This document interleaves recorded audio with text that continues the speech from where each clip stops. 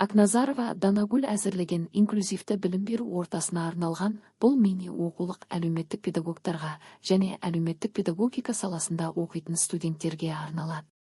Оқулық инклюзивті білім беру ортасын түсіндіруге, оның негізгі ұғымдары мен қағидаттарын жүйелі түрде қарастыруға бағытталған.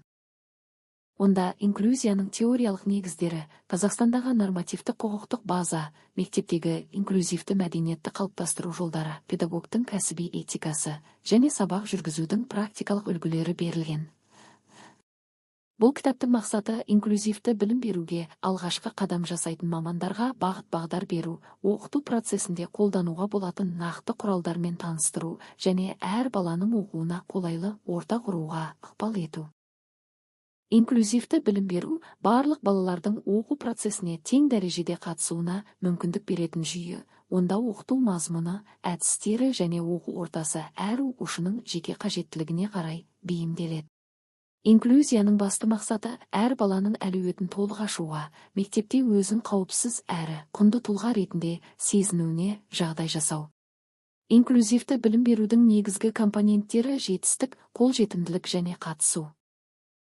Бұл компоненттер оқу материалдар мен ортаға физикалық, әлеуметтік және академиялық қолжетімділік жасауды, оқушының сабаққа толық қатысуын және педагог тарапынан жеке қолдау көрсетуді қамтиды.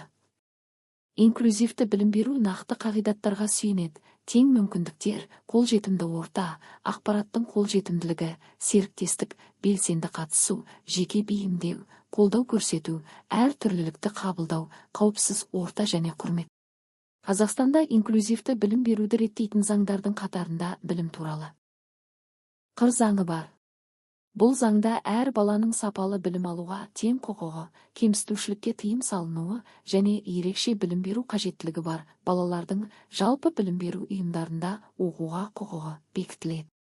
Мектептер арнайы педагогикалық қолдау қызметтерін ұйымдастыруға міндетті. Сонымен қатар қыр үкіметінің 988 қаулысы инклюзивті білім беруді дамытудың ұлт